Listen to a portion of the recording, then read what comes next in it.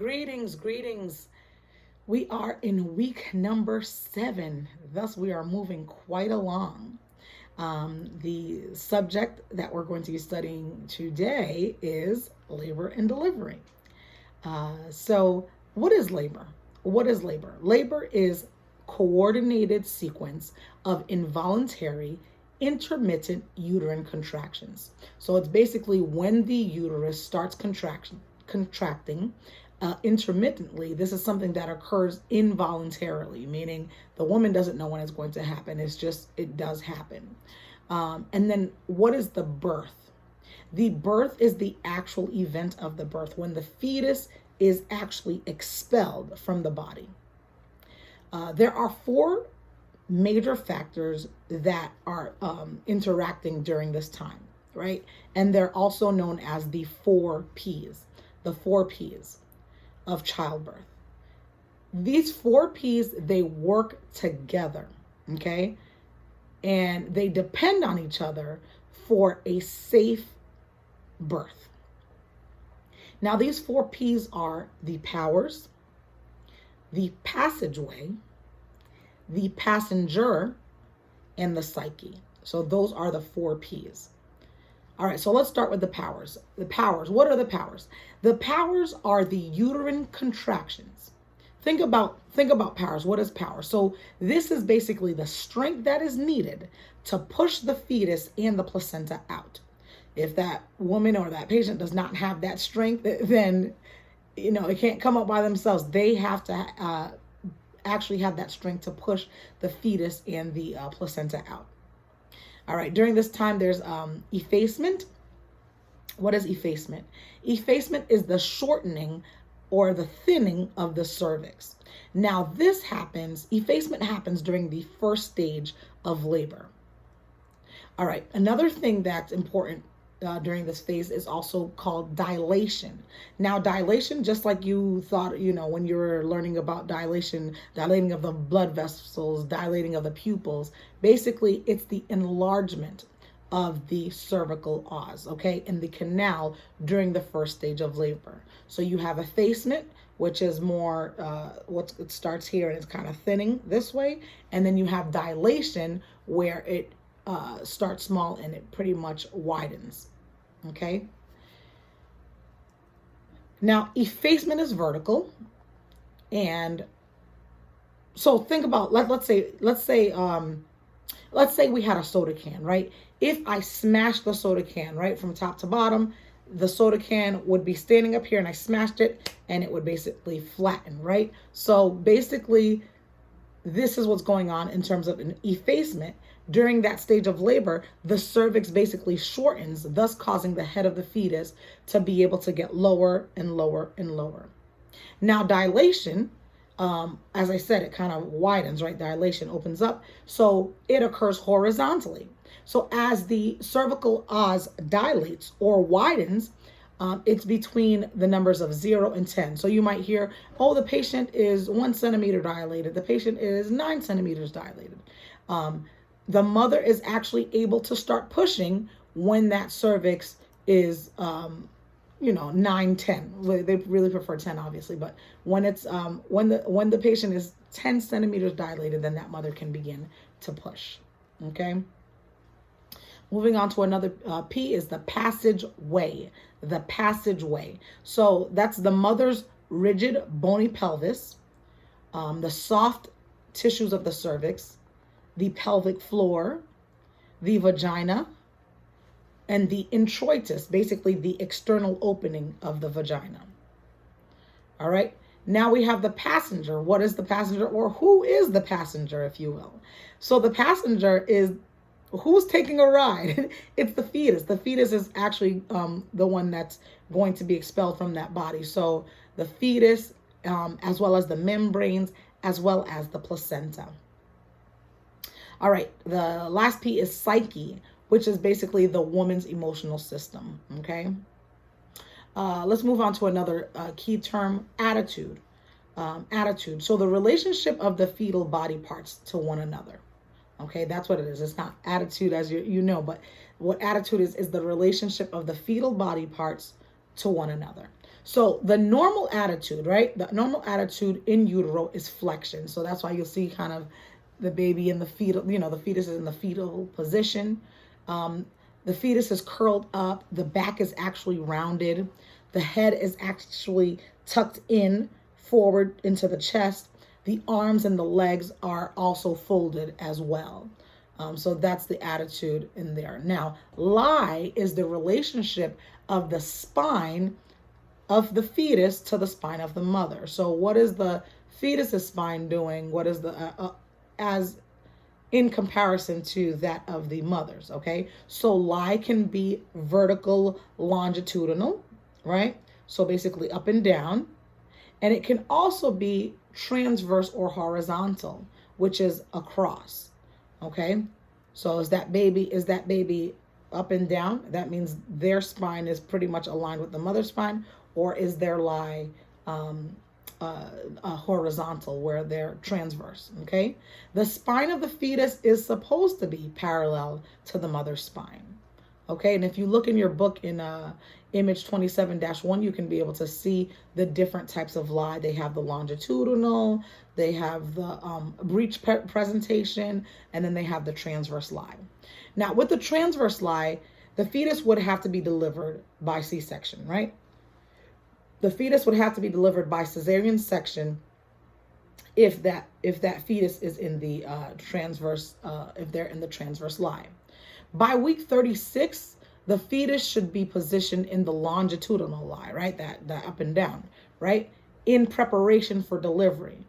And that's why usually you'll say, oh my gosh, look at, yeah, I can see it looks, they'll say that that you dropped and things like that, and that it looks long and things as such. Now, unfortunately, this does not always occur, okay? In some cases, the fetus may be breech, all right? And there are different types of breech positions, this particular information that I'm sharing with you is not necessarily in your book, but it's from the University of Michigan Medicine. So you have the frank breech, different types of breech. You have frank breech. The buttocks are in place to come out during delivery first, right? The legs are straight up in front of the body with the feet near the head. Now, this is the most common type of breech that you'll see, the frank breech. Then there's complete breech, which the buttocks are down near the birth canal. The knees are bent and the feet are near the buttocks. Then there's a footling breech, which is one leg or both legs are stretched out below the buttocks. The leg is in place to come out first during delivery. Yeah, that's not cool. Neither of those are okay. Let's speak about mechanisms of labor. About 2 weeks before birth, lightning occurs. Another word for lightning would be dropping. So this is when the fetus descends into the pelvis. And so towards the end of a woman's pregnancy, people might say, oh my goodness, I can tell that you dropped. She dropped, because the belly appears way lower than it used to prior to lightning. The mother will also sometimes experience some type of vaginal show, right? There might be a little mucousy vaginal discharge that they may notice. Warn your patients about that and encourage them to, wear panty liners in preparation for that. The cervical mucus plug is passed during this time. It may be blood tinged, it may be brown, but also warn your patients about this because the color may actually scare them while it is fairly normal for it to be discolored that way. Next, the cervix ripens. It becomes soft and partly effaced. The patient may begin to dilate. The mother may experience something called nesting, in which the mother has a sudden urge to clean or to get things ready. This is a real thing. It really is a real thing. The mother's kind of like, they're folding here, they're cleaning the house, and it's basically nature's way of just letting them know that, this baby is coming. In preparation for the baby, basically. This happens about 1 to 2 days prior to labor. The mother can lose about 1 to 3 pounds from like water loss.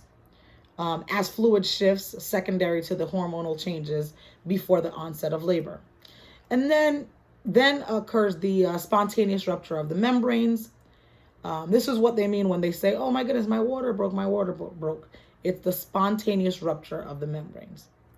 Then there's true labor versus false labor. True labor is when the contractions are actually real. They increase in duration and intensity. They become closer and closer as time progresses. Cervical dilation occurs. That's during true labor.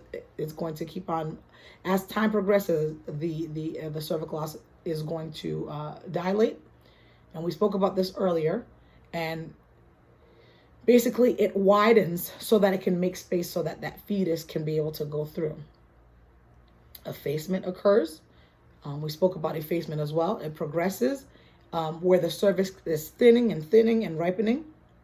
Meanwhile, the engagement and the descent of the fetus is occurring, okay? All of this is true labor. All of this is true labor. When all of these things are taking place, the effacement, the dilation, things as such, that lets us know it is true labor. As opposed to false labor, the woman may feel contractions. She really may feel contractions. And they may be just as painful or less painful. However, the contractions are not regular and they do not progress. These contractions are called Braxton Hicks contractions. Braxton Hicks contractions. And a woman can feel it early on and it's almost like it's kind of getting ready, but it's just not true. It's false labor. Furthermore, the contractions that these ladies are having, the Braxton Hicks contractions, they do not lead to dilation. They do not lead to effacement. Neither do they lead to the descent of the fetus. When a woman is experiencing Braxton Hicks contractions, they're encouraged to take deep breaths. They're encouraged to change their positions or simply walk it off. Those simple steps can actually help to relieve the Braxton Hicks contractions. Let's focus on breathing techniques.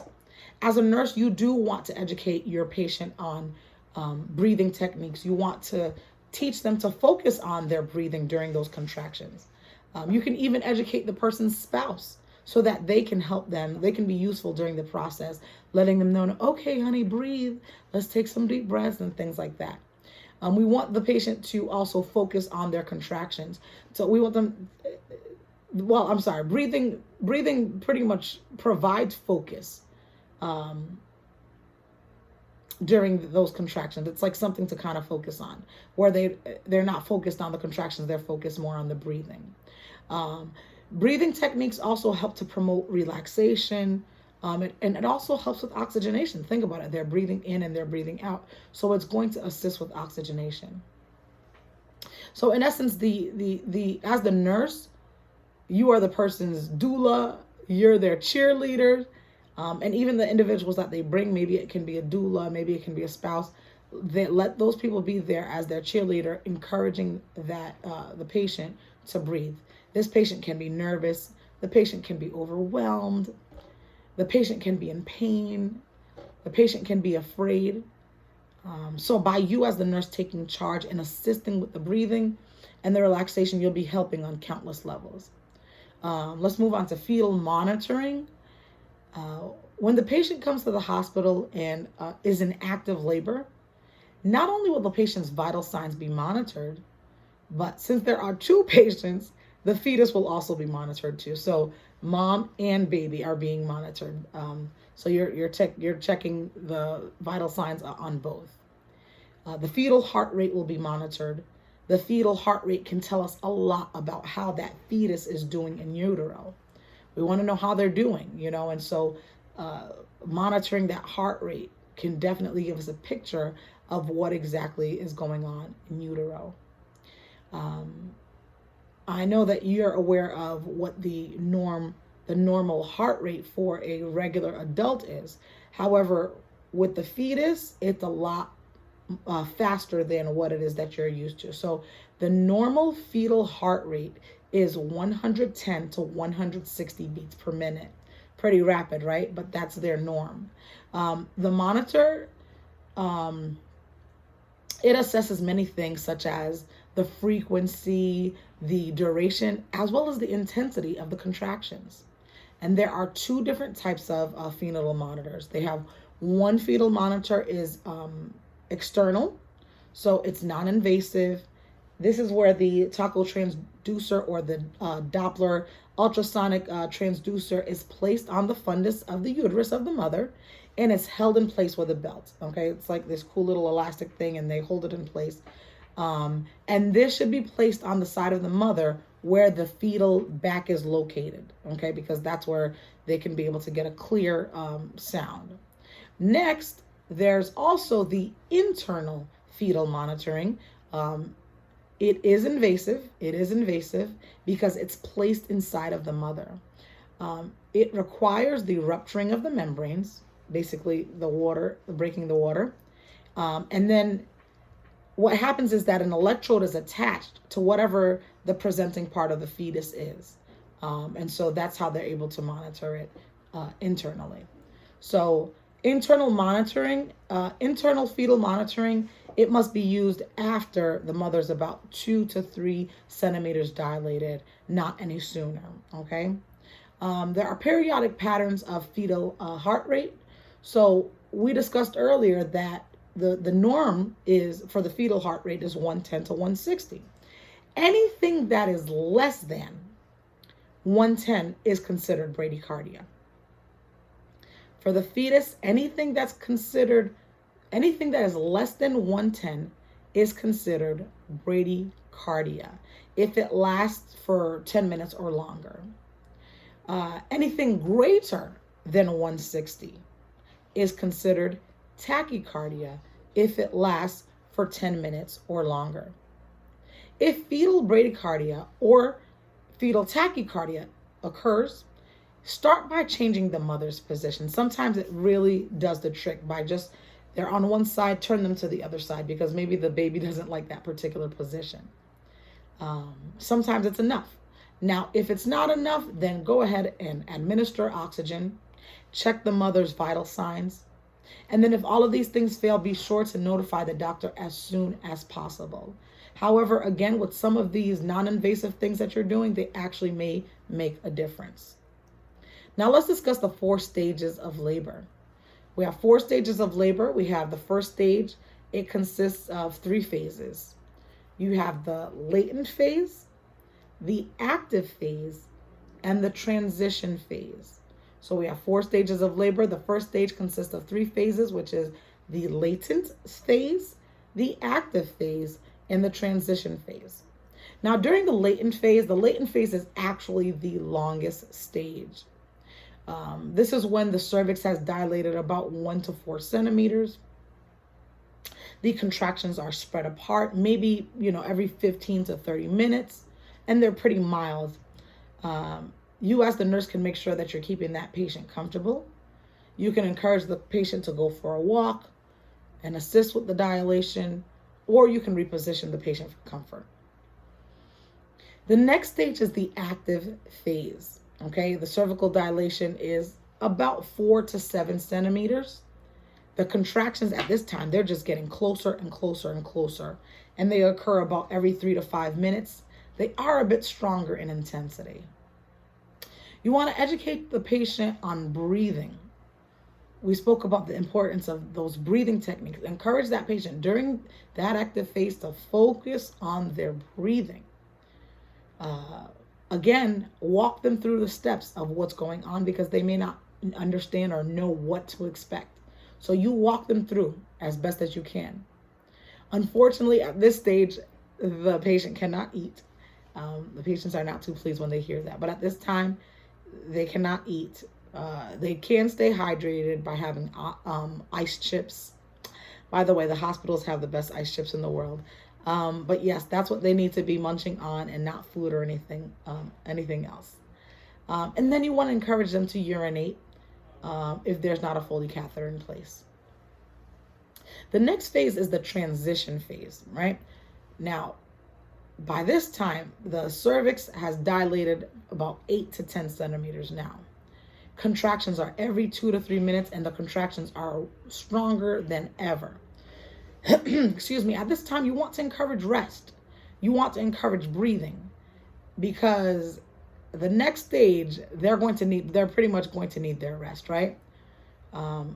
Again, you as the nurse, you're going to be monitoring the vital signs of both the mother as well as the baby. Be sure to monitor that fetal heart rate before the mother has a contraction, and then again after she has a contraction. So for the most part, you will be doing this repeatedly, but just make sure before and then after so you can see what's going on. Let's move on to stage 2 of labor. By this time, cervical dilation is complete. It's about 9 to 10 centimeters dilated. As the fetus head descends into the birthing canal, the mother feels the urge to bear down and thus push. It's this natural thing. It's like your body's telling you, you need to push. And at this time, it's time to prepare for that baby to be delivered. Stage 3, the contractions are now, they're going to continue to occur until that placenta is expelled and is separate. You want to make sure, again, you're assessing that mother's vital signs. Assess the uterus. Assess the mother for shivering, because we want to make sure that that placenta is completely out and not causing any infections, okay? Stage 4, period 1 to 4. Okay, so stage 4 occurs 1 to 4 hours after birth, after the mother has delivered that baby, that fetus. That's when stage 4 occurs. You want to make sure that you're monitoring for lochia, which is that normal discharge from the uterus after childbirth. It is normal. It's something that is expected. So make sure you also educate the patient on what to expect. During this phase, it's fairly normal for the lochia to be red in color, and it's normal for it to be a moderate amount. We do expect that because this is stage 4, you know. However, as time progresses, we do expect that the discharge will be lighter and lighter and less, okay? So by this time, the mother's blood pressure should return back to normal. You want to make sure that you're educating that mother and the partner on how to massage the uterus. We want to make sure that everything, including the placenta, has been expelled from the uterus.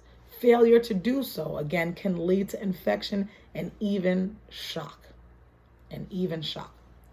Let's move on to preterm labor. So preterm labor occurs after the 20th week and before the 37th week of gestation. So it's preterm. It happens before the full term. Some risk factors: history of medical conditions, present or past, obstetric problems, infection can cause preterm labor, social environmental factors, including substance abuse, stress, things like that. All of those things can lead to preterm labor. Upon your assessment, you're going to notice that the woman is experiencing uterine contractions. Then there's rupture of the amniotic membranes, shortening of the cervical length, and then all of this is occurring prior to the 37th week. So remember, after the 37th week, all of this is normal. We do expect it. But if it happens before the 37th week, then this is considered preterm labor. You want to focus on stopping the labor. That's your intervention. You want to focus on stopping the labor because we want that fetus to stay in as long as it possibly could. So focus on stopping the labor. Maintain that patient bed rest. Keep that patient in the lateral position. Monitor the fetal status. And then we're going to administer, as ordered, obviously, tocolytics as prescribed. These are medications that are used to suppress premature labor. So tocolytic therapy is provided when the delivery would result in preterm or premature birth. So basically, it somewhat postpones the delivery. Intrauterine fetal demise. Intrauterine fetal demise. This is basically an absence of fetal heart rate and fetal movement. DIC, which is disseminated intravascular coagulation screen. We want to make sure we're screening for that. We might notice that there's a low hemoglobin and hematocrit count. There may be, lab work might show also a low platelet count, a prolonged bleeding and clotting times. So definitely want to assess those things. Interventions, you do want to try your best to provide emotional support to the client, to the patient, to the partner, to the family, because it's a very sad situation. You know, they're preparing for, the arrival of the baby, and unfortunately, the demise occurs in utero. Anticipate the steps of grieving process. Anticipate that. We know they're going to be angry. They're going to be in denial. They're going to go through those stages of grief. So just anticipate it. Allow that client choices relating to labor and delivery. Unfortunately, when it reaches a certain time, length of time, that mother has to actually physically push the fetus out, which is the most sad thing because they're actually putting in the work. However, the fetus has demised. Provide emotional support. Provide information to the family about support groups in the community, because this is a very difficult time. Also, be mindful that sometimes they do house the individuals who have delivered a live, healthy baby. They may put them on the same floor because it's labor and delivery. And so you want to be careful, like, walking in the door, congratulations, if you're not sure if their baby made it or not. Okay, that is it. Have a wonderful, wonderful day. Goodbye.